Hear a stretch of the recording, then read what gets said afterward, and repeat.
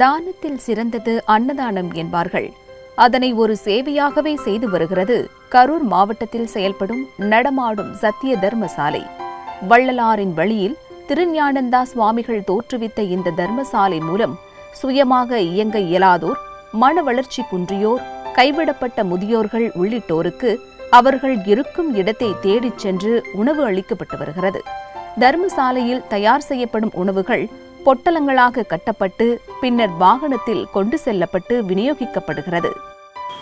சத்திய தர்மசாலையை வடலூரில் தோற்றுவித்தவர் வள்ளல் பெருமான்.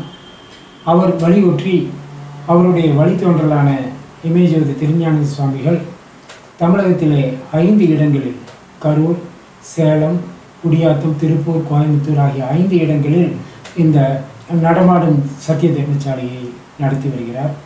தினந்தோறும் காலை ஒரு 11 மணி அளவில் பிரார்த்தனை மேற்கொள்ளப்பட்டு உணவுகள் பொட்டலமாக்கப்பட்டு இயங்க இயலாதோர், மனவளர்ச்சி குன்றியோர், ஆதரவற்றோர் ஆகியோர்கள் அவர்கள் இருக்கும் இடம் தேடி, அவர்கள் வசிக்கும் இடம் தேடி இந்த உணவு பொட்டலத்தை வழங்கி வருகிறோம்.